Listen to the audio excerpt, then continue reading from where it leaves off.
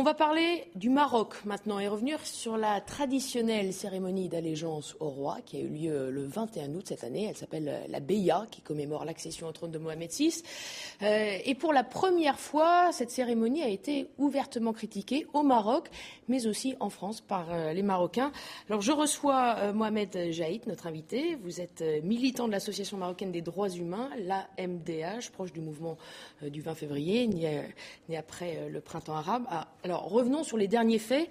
Il y a une cinquantaine de Marocains, dont vous étiez, ont manifesté à Paris, au Trocadéro, contre ce rituel d'allégeance au roi et pour une allégeance à la liberté et à la dignité.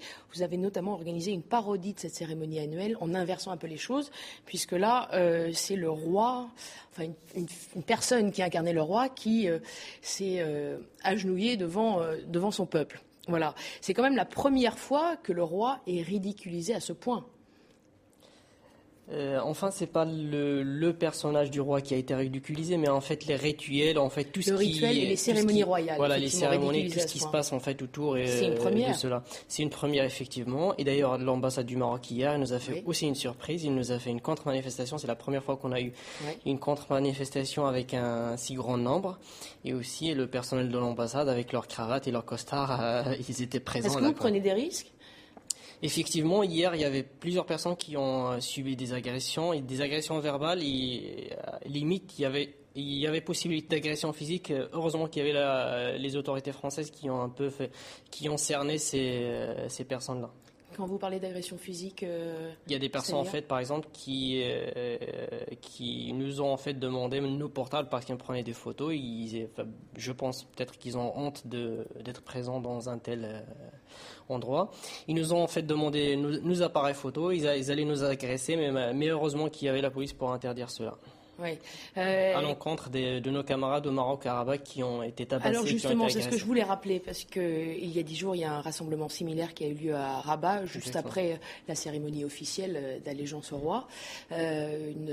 Donc un mouvement qui a été réprimé. Exactement.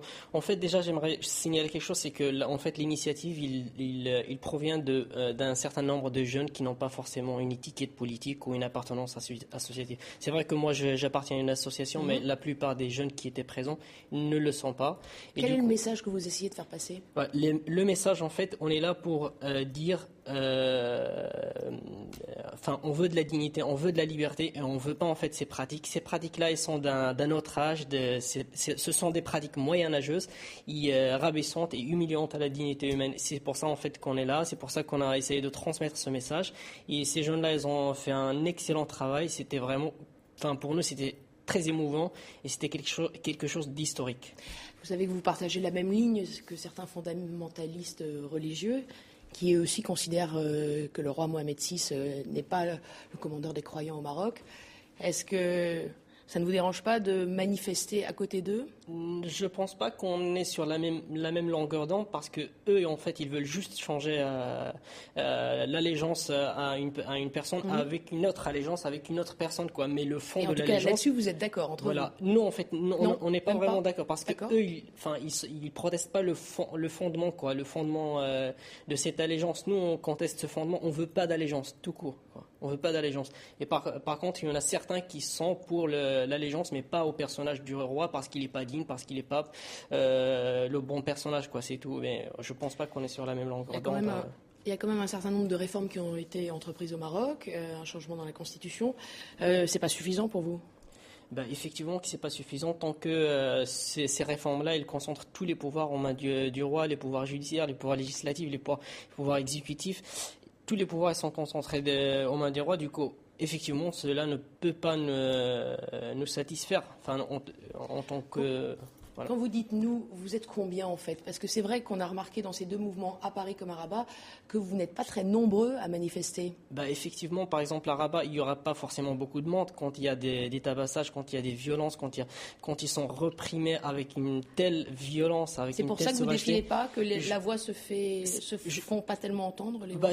Effectivement, je crois que ça bloque énormément de personnes, quoi. Il y a beaucoup de personnes qui ont peur de sortir, qui ont peur de manifester parce qu'il y a une violence.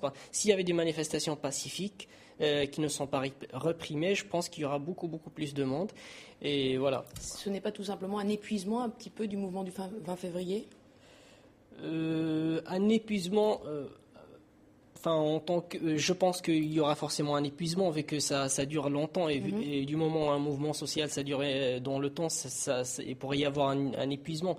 Mais en fait, il y a aussi le facteur qui est le facteur de l'État, un État qui réprime, un État qui interdit, qui emprisonne les militants. Et d'ailleurs, il y a des militants qui ont été violés dans les prisons actuellement.